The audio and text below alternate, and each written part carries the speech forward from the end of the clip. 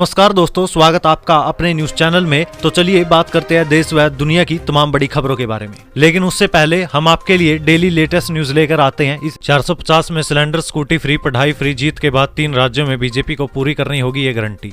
हिंदी पट्टी के 3 राज्यों मध्य प्रदेश, छत्तीसगढ़ और राजस्थान में बीजेपी सरकार बन गई है और तीनों ही जगह प्रचंड बहुमत से सरकार बननी है। मध्य प्रदेश में बीजेपी ने विधानसभा की 230 में से 163 सीटों पर जीत दर्ज की। वहीं छत्तीसगढ़ की 90 में से 54 और राजस्थान की 199 में से 115 सीटें जीत ली। इन तीनों ही राज्यों में बड़ी जीत बीजेपी के लिहाज से काफी अहम है। इस जीत से ब्रांड मोदी भी और मजबूत हुआ है, क्योंकि तीनों राज्यों में बीजेपी ने प्रधानमंत्री नरेंद्र मोदी के चेहरे पर ही चुनाव लड़ा था। बहरहाल इन तीनों ही राज्यों में बीजेपी की सरकार अब बन तो गई है, लेकिन अब पार्टी के सामने वादे पूरे करने की बड़ी चुनौती है। बीजेपी ने इन तीनों राज्यों में जो घोषणा पत्र जारी किए थे उन्हें मोदी की गारंटी बताया था। प्रधानमंत्री नरेंद्र मोदी ने भी इन राज्यों में प्रचार के दौरान गारंटी पूरे करने का वादा भी किया था। पीएम मोदी ने मध्य प्रदेश और राजस्थान में 14 रैलियां की थी, जबकि छत्तीसगढ़ में 5 रैलियों को संबोधित किया था। रैलियों के अलावा राजस्थान में 2 और मध्य प्रदेश में 1 रोड शो भी किया था। रिजल्ट आने के बाद बीजेपी अध्यक्ष जेपी नड्डा ने कहा कि चुनाव नतीजों से ये संदेश गया है कि देश समझ गया है सिर्फ मोदी जी ही किसानों, गरीबों और वंचित वर्ग को सशक्त कर सकते हैं। नड्डा ने यह भी कहा था कि इन चुनावों ने ये साफ कर दिया कि देश में केवल एक ही गारंटी है और वो है मोदी की गारंटी।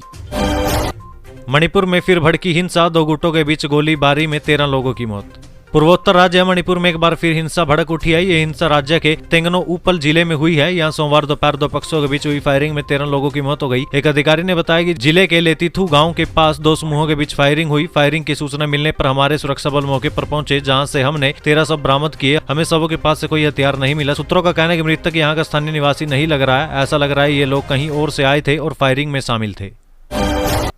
विपक्षी गठबंधन की बैठक में शामिल नहीं होगी टीएमसी, ममता बोली जानकारी नहीं, चुनावी नतीजों पर कही ये बात। इंडिया गठबंधन की कल होने वाली बैठक में तृणमूल कांग्रेस शामिल नहीं होगी। पश्चिम बंगाल की मुख्यमंत्री ने कहा है कि मुझे इस बारे में जानकारी ही नहीं है और मेरे उत्तर बंगाल के कुछ कार्यक्रम तय है। अगर इस बारे में जानकारी होती तो मैं उत्तर बंगाल के कार्यक्रम में नहीं जाती। मैं उत्तर बंगाल के दौरे पर जा रही हूँ। पश्चिम बंगाल की मुख्यमंत्री ममता बनर्जी ने सोमवार को दावा किया कि अगर 2024 के लोकसभा चुनाव से पहले सीट बंटवारे पर उचित सहमति बनी तो भाजपा केंद्र में सत्ता बरकरार नहीं रख पाएगी। राजस्थान, छत्तीसगढ़ और राजस्थान विधानसभा चुनावों में भाजपा की जीत पर उन्होंने कहा कि भाजपा के लिए खुशी की कोई बात नहीं है, क्योंकि वोटों का अंतर कम था।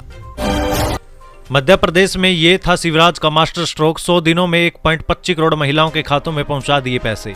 मध्य प्रदेश में आधी आबादी के लिए शिवराज सरकार लाडली बहना योजना लेकर आई। चुनावी साल में इसे शिवराज का मास्टर स्ट्रोक माना गया। कांग्रेस ने फौरन इसकी काट के लिए सरकार बनने पर नारी सम्मान योजना शुरू करने की बात कही, जिसमें महिलाओं को 1500 रुपए दिए जाएंगे। बीजेपी ने पलटवार किया और कहा कि शुरुआत 1000 रुपए से है, जो 3000 रुपए तक जा सकती है। खैर ये कहानी वार पलटवार की नहीं है, इस व्यवस्था की है जिसके बूते पर सरकार 100 दिनों में 1.25 करोड़ महिलाओं के खाते में लगभग 100% सफलता के साथ पैसे पहुंचा पाई है। देखिए, लाडली बहना के फार्म भरने के लिए कतार लगती थी। बगैर किसी तामझाम के चंद मिनटों में रजिस्ट्रेशन हो जाता था, वो भी एक मोबाइल से। इसका हल ढूंढा था सिर्फ 40 से 50 लोगों की टीम ने, जिन्होंने रिकॉर्ड 100 दिनों में इस पहाड़ को अपनी मेहनत और कुशाग्रता से फतह कर लिया। साथ ही जैम यानी कि जनधन, आधार और मोबाइल ने एमपीएसईडीसी के एमडी अभिजीत अग्रवाल ने बताया कि समग्र केवाईसी से पूरा डेटा मिल जाता था। महिलाओं की तस्वीर ली थी, तकनीकी रूप से क्लाउड बेस्ड स्केलेबल बनाया गया था। हमारे सारे मीडियम इस्तेमाल किए। व्हाट्सएप पूरा बैकबोन आधार बेस्ड था। यूजर को समझाना जरूरी था कि आधार को खाते से लिंक कराना था। पिछले 3 महीने में जब स्कीम रोल आउट हुई तो हर जगह पहुंच बढ़ाई गई।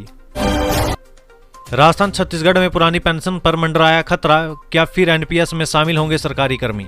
मध्य प्रदेश और राजस्थान में कांग्रेस सरकार द्वारा बहाल की गई पुरानी पेंशन व्यवस्था पर अब खतरा मंडराने लगा। इन दोनों राज्यों में भाजपा ने प्रचंड जीत दर्ज कराई है। केंद्र सरकार ने पुरानी पेंशन को लेकर पहले ही अपनी मंशा जाहिर कर दी। देश में किसी भी सूरत में यूपीएस लागू नहीं किया जाएगा। खुद प्रधानमंत्री मोदी इस विषय में अपनी राय स्पष्ट कर चुके हैं। एनपीएस में सुधार के लिए कमेटी का गठन किया गया है। कमेटी की रिपोर्ट आने के बाद एनपीएस में बदलाव किया जा सकता है। National movement for old pension scheme के अध्यक्ष विजय कुमार बंधु ने कहा कि यह संभावना नहीं है, बल्कि तय समझे कि राजस्थान और छत्तीसगढ़ में पुरानी पेंशन व्यवस्था खत्म हो सकती है। इस बाबत एनएमओपीएस की कार्यकारिणी की बैठक में विचार होगा। देश में पुरानी पेंशन व्यवस्था बहाल होने तक कर्मचारियों का आंदोलन जारी रहेगा। 4 राज्यों में कांग्रेस को मिले बीजेपी से 10 लाख ज्यादा वोट, 40% लोगों ने जताया भरोसा। 5 राज्यों के चुनावी परिणाम आने के बाद कांग्रेस पार्टी ने बताया कि उसे भाजपा के मुकाबले 10 लाख ज्यादा वोट मिले हैं। भले ही मध्य प्रदेश, छत्तीसगढ़ और राजस्थान में भाजपा ने प्रचंड बहुमत से जीत दर्ज कराई हो। कांग्रेस पार्टी की प्रवक्ता सुप्रिया श्रीनेत ने सोमवार को यह आंकड़ा जारी करते हुए कहा, इसलिए लड़ाई लड़ना जरूरी है। इस देश के 4 राज्यों में कांग्रेस को भाजपा से 10 लाख ज्यादा वोट दिए हैं। जिन राज्यों में भाजपा जीती वहां भी कांग्रेस को औसतन 40% से ऊपर लोगों ने अपना वोट दिया है। पीएम मोदी बोले, राज्य का गुस्सा सदन में न निकाले। आम आदमी पार्टी सांसद राघव चड्ढा का राज्यसभा से निलंबन रद्द, अगस्त 2023 से सस्पेंड थे। संसद का शीतकालीन सत्र सोमवार 4 दिसंबर से शुरू हो गया। ये सेशन 22 दिसंबर तक चलेगा। 19 दिन के दौरान दोनों सदनों में 15 बैठकें होगी। लोकसभा में पीएम नरेंद्र मोदी के पहुंचते ही एनडीए के सांसदों ने उनका जोरदार स्वागत किया। सांसदों ने नारे लगाए, बार बार मोदी सरकार, तीसरी बार मोदी सरकार। सत्र शुरू होने से पहले प्रधानमंत्री नरेंद्र मोदी ने विपक्ष से अपील की है। उन्होंने कहा कि बाहर मिली राज्य का गुस्सा सदन में मत निकालिए, सदन में सकारात्मक चर्चा कीजिए। लोकसभा में कार्रवाई शुरू होते ही विपक्षी सांसदों ने बैनर लहराए। इस पर स्पीकर ओम बिड़ला ने कहा कि सदन में प्ले कार्ड्स नहीं ला सकते, सदन नियमों के मुताबिक ही चलेगा। उधर राज्यसभा ने आम आदमी पार्टी सांसद राघव चड्ढा के निलंबन रद्द कर दिया। वे अगस्त 2023 से निलंबित चल रहे थे। इसके लिए भाजपा सांसद जीवीएल नरसिम्हा राव ने प्रस्ताव रखा था। राजस्थान की हार में हरियाणा कांग्रेस के लिए कहीं सबक गुटबाजी हारी पड़ेगी। संगठन सबसे कमजोर कड़ी, अकेले ओपीएस से मैजिक की उम्मीद नहीं।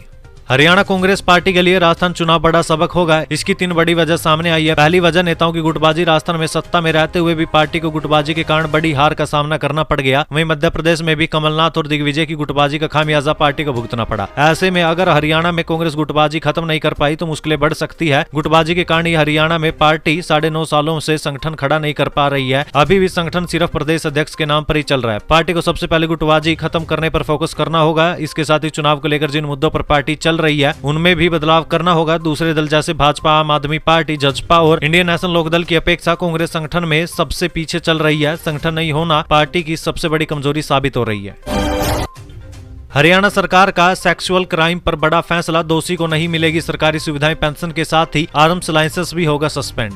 हरियाणा में महिलाओं और बच्चों के खिलाफ यौन अपराधों के आरोपियों के खिलाफ हरियाणा सरकार ने सख्त कदम उठाया। सरकार की ओर से इस मामले के आरोपियों को उनसे सामाजिक पेंशन, छात्रवृत्ति और हथियार लाइसेंस सहित सभी सरकारी सुविधाएं वापस लेने का फैसला किया है। इन अपराधों में बलात्कार का प्रयास, यौन उत्पीड़न, निर्वस्त्र करना, पीछा करना, छेड़छाड़, तस्करी और शोषण और यौन अपराधों से बच्चों की सुरक्षा अधिनियम के तहत कोई भी धारा शामिल है। सरकार के एक ऑफिसर ने बताया कि सरकार इसके लिए नया डोमेन HRYcrime.wc.gov.com पायलट आधार पर पंचकुला जिले से शुरू करने जा रही है। आने वाले समय में इसे पूरे राज्य में लागू किया जाएगा।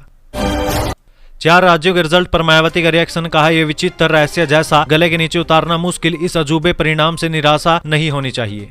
4 राज्यों के चुनावी रिजल्ट पर बसपा प्रमुख मायावती का पहला रिएक्शन सामने आया। उन्होंने इस रिजल्ट को लेकर विचित्र, रहस्यात्मक जैसे शब्दों का प्रयोग किया। सोमवार को उन्होंने कहा कि एक पार्टी के पक्ष में आए ये परिणाम लोगों के गले के नीचे उतार पाना बहुत मुश्किल है। यही नहीं, उन्होंने बसपा कार्यकर्ताओं से कहा कि इस अजूबे परिणाम से कतई निराश नहीं होना है। रविवार को राजस्थान, मध्य प्रदेश, छत्तीसगढ़ और तेलंगाना विधानसभा चुनाव के नतीजे आए। इसमें राजस्थान, मध्य प्रदेश और छत्तीसगढ़ में भाजपा की सरकार बनी। वहीं तेलंगाना में कांग्रेस की सरकार बनी, लेकिन भाजपा ने पिछले चुनाव के मुकाबले अच्छा प्रदर्शन किया। मायावती ने सोमवार को ट्विटर पर लिखा, 4 राज्यों के चुनाव परिणाम एक पार्टी के पक्ष में एक तरफ होने से सभी लोग अचंभित और चिंतित है, क्योंकि 4 राज्यों के माहौल को देखते हुए ऐसे विचित्र परिणाम लोगों के गले के नीचे उतर पाना बहुत मुश्किल है।